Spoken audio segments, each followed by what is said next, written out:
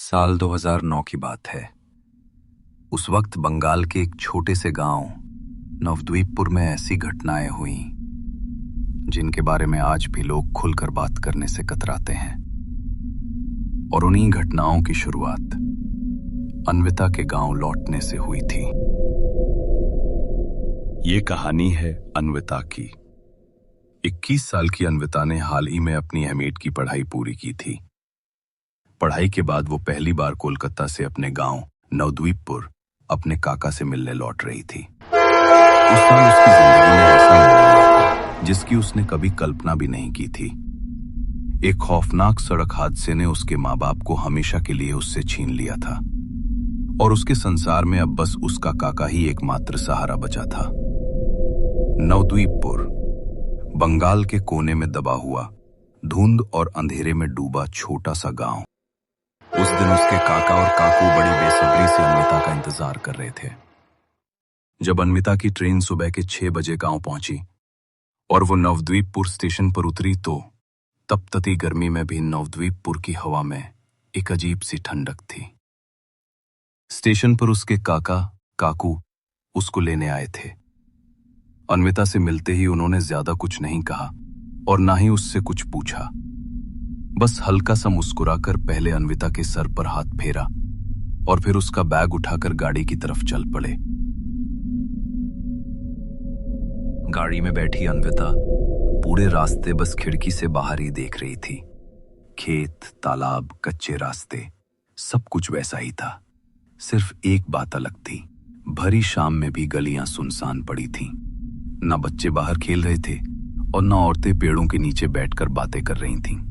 उसे ये बात बहुत अजीब लगी। उसने जब इसकी वजह अपने काका से पूछी तो उसके काका ने बात बदल दी। अन्विता के काका उनकी खानदानी कोठी में रहते थे। गांव से थोड़ा बाहर पीपल के घने पेड़ों से घिरी एक कोठी जिसकी छत से गांव का तालाब दिखता था। कोठी के अंदर घुसते ही अन्विता की बचपन की यादें ताजा हो गईं। उस रात अन्विता ने अपने कमरे में ही खाना खाया और थकान की वजह से वो जल्दी सो गई। अगली सुबह उसे काका के साथ गांव के बाजार जाना था। रात के 2 बज रहे होंगे जब अन्विता की आंख अचानक खुली। उसकी चद्दर जमीन पर गिरी हुई थी। वो जैसे ही अपनी चद्दर उठाने झुकी, उसे अपने कमरे के बाहर से एक आवाज आई, अन्विता, ओ अन्विता, अन्विता, ओ अन्विता। वो आवाज सुन के एक पल को अन्विता का मन खुश हो गया, लेकिन अगले ही पल उसके हाथ पांव बर्फ जैसे ठंडे पड़ गए, क्योंकि वो आवाज उसकी मां की थी। पर कैसे? उसकी मां को गुजरे हुए तो कई साल हो चुके थे। अन्विता का गला सूख गया। उसने दोबारा ध्यान से कान लगाए और धीरे धीरे दरवाजे की तरफ बढ़ी, पर वह कुछ नहीं था, बस सन्नाटा। उसने खुद को समझाया, शायद मैं अब भी नींद में हूँ। माँ की आवाज तो बस मेरे सपनों में ही हो सकती है। और वो वापस बिस्तर पर लौट गई। कुछ रातें ऐसे ही बीतीं, लेकिन अन्विता कोठी में ढंग से सो नहीं पा रही थी। हर रात उसे लगता कि कोई उसे पुकार रहा है। कभी खिड़की से आती हवा में, कभी लकड़ी की चरमराहट में। उसे उम्मीद रहती, आज शायद फिर माँ की आवाज सुनाई दे। एक रात तो नींद ने जैसे उसका साथ ही छोड़ दिया। घंटों करवटें बदलने के बाद वो उठी। कमरे में एक अजीब सी घुटन थी। उसने अपनी माँ का पुराना दुपट्टा ओढ़ा और खुली हवा के लिए छत पर चली गई। छत पर रखी एक खाट पर बैठकर उसने गांव के तालाब को देखा। रात का गहरा अंधेरा था, फिर भी तालाब साफ दिख रहा था, जैसे कोई अदृश्य आंखें उसी तालाब से उसे देख रही हों। और तभी छत का इकलौता बल्ब टिमटिमाकर बुझ गया। अन्विता का दिल जोर से धड़कने लगा। उसने फोन की टॉर्च ऑन की ही थी कि सीढ़ियों के पास से वही आवाज फिर आई, अन्विता बेटा, छत पर ठंड लग जाएगी, नीचे आ जा। इस बार उसकी सांसें थम गई। ठंडी हवा का एक झोंका आया और उसका ओढ़ा दुपट्टा किसी अदृश्य हाथ ने जोर से खींच लिया। अब आवाज और भी पास से आई। मेरे पास आ जा अन्विता, कब से बुला रही हूं। ये आवाज इतनी नजदीक थी कि मानो कोई उसके कान में फुसफुसा रहा हो। वो कांप उठी और अचानक खाट की तरफ से दूसरी आवाज गूंजी। मैं तेरा इंतजार कर रही हूं अन्विता, जल्दी आ। अमृता ने मुड़कर देखा तो खाट पर एक काले साए का धुंधला सा रूप बैठा था। वो रुक नहीं पाई। उसे लगा मानो उसकी मां सचमुच वहां है। उसने कदम बढ़ाए ही थे कि किसी ने उसका हाथ पकड़कर उसे रोक दिया। वो और कोई नहीं, उसके काका थे। तभी अन्विता अचानक रुक गई। उसने नीचे देखा तो उसके पैरों के ठीक आगे छत का किनारा था। अगर वो एक कदम और बढ़ा देती तो सीधा नीचे अंधेरे में गिर जाती। पसीना उसकी हथेलियों से रिस रहा था। अभी कुछ ही पल पहले जो काला साया उसकी आंखों के सामने था, अब वो बिल्कुल गायब हो चुका था, जैसे कभी था ही नहीं। घबराकर अन्विता ने अपने काका को सब कुछ बता दिया। काका ध्यान से सुनते रहे, लेकिन उनके चेहरे पर चिंता गहराती जा रही थी। उन्होंने धीरे धीरे कहा, तुझे शायद पता नहीं अन्विता, शाम होते ही ये गांव इसलिए खाली हो जाता है क्योंकि यहाँ लोगों के साथ कुछ बहुत बुरा हो रहा है। पिछले कुछ महीनों में कई लोग ऐसे गायब हुए हैं जिनका कोई सुराग नहीं मिला। सिर्फ उनकी चीखें सुनी गई हैं या फिर टूटे फूटे सामान जंगल में बिखरे पाए गए। फिर काका ने और भी डरावना सच बताया। गांव के पुराने पुजारी के मुताबिक इस इलाके में अर्धरात्रि प्रेत का साया है। ये कोई साधारण आत्मा नहीं, बल्कि एक औरत की आत्मा है जो अधूरी इच्छाओं और क्रोध से भरी हुई है। वो इंसानों की आवाजें नकल करके बुलाती है। सबसे खतरनाक बात यह है कि वो केवल किसी अपने की ही आवाज निकालती है, जैसे माँ, पिता, भाई या दोस्त, और जो भी उस आवाज पर भरोसा करके पीछे मुड़ता है वो फिर कभी दिखाई नहीं देता। काका ने सख्त लहजे में कहा, याद रखना अन्विता, चाहे तुझे कोई कितना ही करीब का लगे, उसकी आवाज सुने कभी मत पलटना। ये वही चाल है जिससे वो आत्मा अपने शिकार पकड़ती है। अन्विता को अचानक अपनी दादी की वो लोरी याद आई जो वो बचपन में सुनाती थी। रात में जो पुकारे मत जाना, वो तेरा अपना नहीं, अंधेरे की परछाई है। तब तक अन्विता को लगता था कि दादी सिर्फ डराने वाली कहानियां सुनाती थीं, लेकिन अब ये सब हकीकत बनकर उसके सामने खड़ा था। काका की बातें सुनकर अन्विता पूरे रात बेचैन रही। उसे नींद तो आई, मगर हर बार कोई डरावना सपना उसे हिला देता। अगले दिन सुबह उसने खुद को संभालने की बहुत कोशिश की, लेकिन मन किसी भी काम में नहीं लग रहा था। काका ने उसका ध्यान बटाने के लिए उसे घर के कामों में लगाया, बातें की, पर अन्विता का मन अजीब सी घबराहट में फंसा रहा। दोपहर के खाने के बाद उसने सोचा, अगर मैं तालाब तक चली जाऊं तो मन हल्का हो जाएगा। वो जानती थी कि अगर उसने काका को बताया तो वो उसे अकेले बाहर नहीं जाने देंगे, इसलिए बिना किसी को कुछ कहे चुपचाप नवदीपुर गांव के पुराने तालाब की ओर निकल गई। तालाब के पास पहुंचते ही उसने देखा कुछ औरतें किनारे पर कपड़े धो रही थीं। उनकी हंसी ठिठोली सुनकर माहौल थोड़ा सामान्य लगा। अन्विता तालाब के दूसरी तरफ जाकर एक पीपल के पेड़ के नीचे बैठ गई। उसने सोचा, कुछ देर गाने सुन लूं, फिर घर लौट जाऊंगी। उसने ईयरफोन लगाया और धीरे धीरे गानों में खो गई। ठंडी हवा और पेड़ की छांव में बैठे बैठे कब उसकी आंख लग गई उसे पता ही नहीं चला। अचानक किसी ने बहुत पास से पुकारा, अन्विता, यहाँ क्या कर रही है? घर चल बेटा। उसकी आंख झटके से खुली। उसने चारों तरफ देखा। तालाब सुनसान हो चुका था।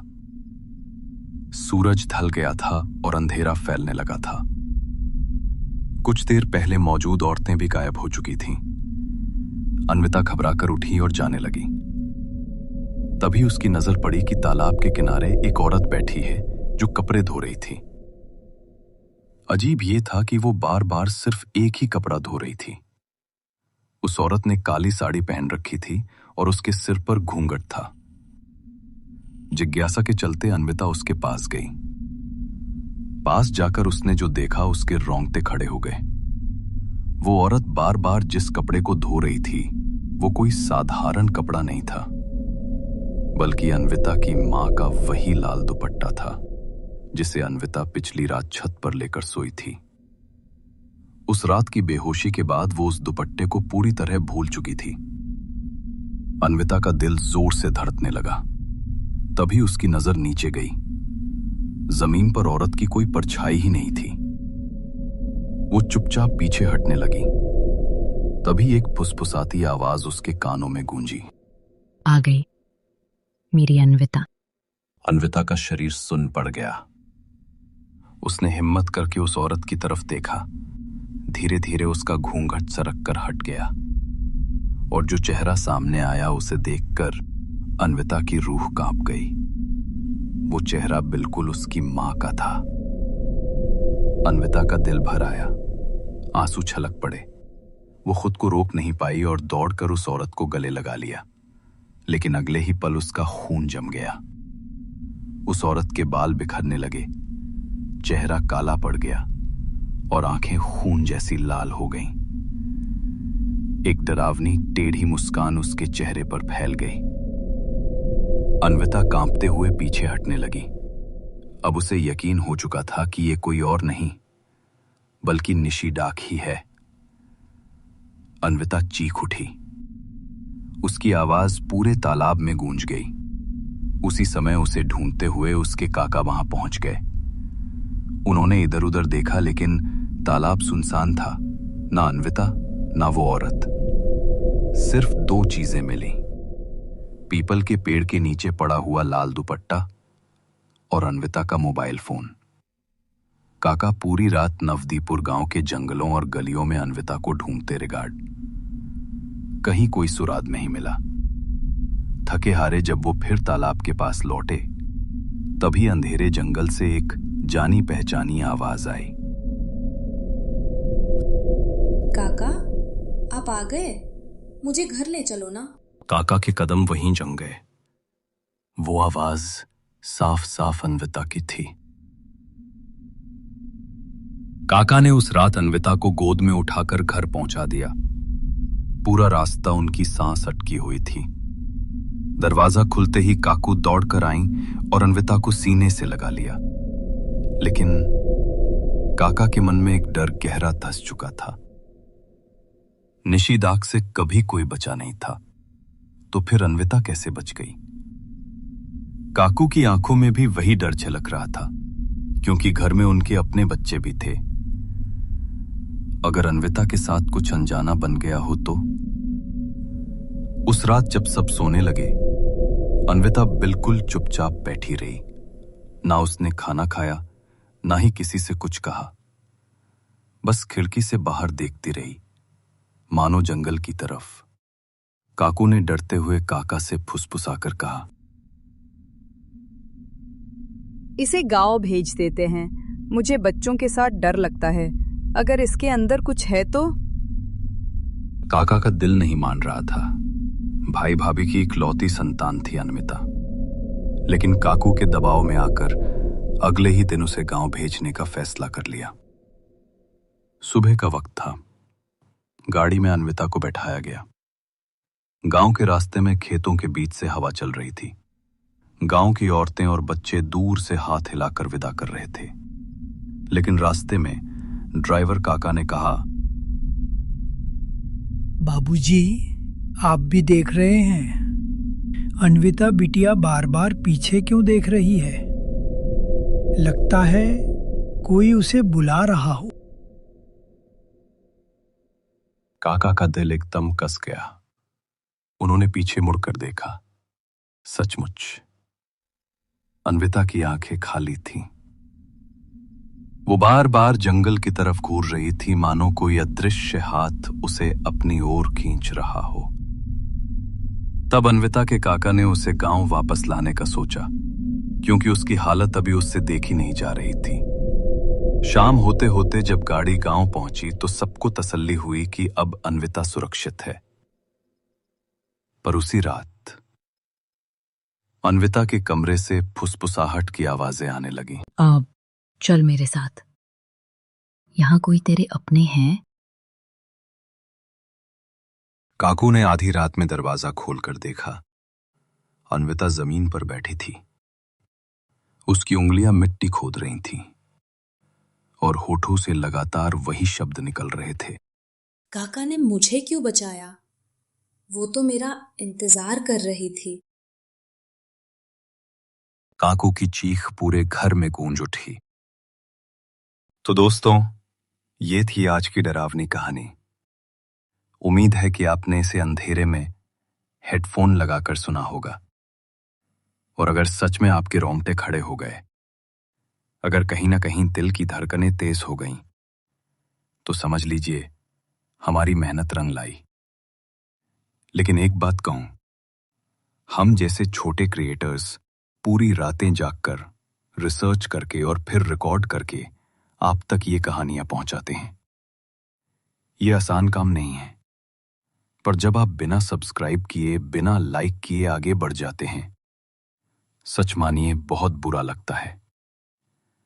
इसीलिए अगर आप चैनल पर नए हैं तो अभी इसी वक्त चैनल को सब्सक्राइब कीजिए और उस डरावनी सी बेल आइकन को दबाना मत भूलिएगा, ताकि जब भी अगली डरावनी कहानी अपलोड हो वो सीधे आपके फोन पर दस्तक दे और आपकी रातें और भी सेहरन भरी बन जाएं। और हां, अगर आपको ये कहानी सच में अच्छी लगी हो तो एक लाइक जरूर कीजिए। आपकी एक छोटी सी क्लिक हमें और कहानियां लाने का हौसला देती है। कमेंट में बताइएगा कौन सा हिस्सा आपके दिल को सबसे ज्यादा डरा गया, ताकि अगली बार हम आपको और गहराई तक और भी सेहरन के साथ डराने आ सकें। याद रखिए, ये सिर्फ कहानियां नहीं हैं, ये वो किस्से हैं जो कभी किसी के साथ सच भी हो सकते हैं। तो अगली बार जब अंधेरे कमरे में खिड़की के बाहर से कोई अजीब सी आहट आए या आपको लगे कि कोई आपके पीछे खड़ा है, तो बस याद रखिएगा, भूत फ्राइडे हॉरर कहानियां हर हफ्ते आपके साथ हैं। तो दोस्तों, अगली बार फिर मिलेंगे एक और डरावनी दास्तान के साथ। तब तक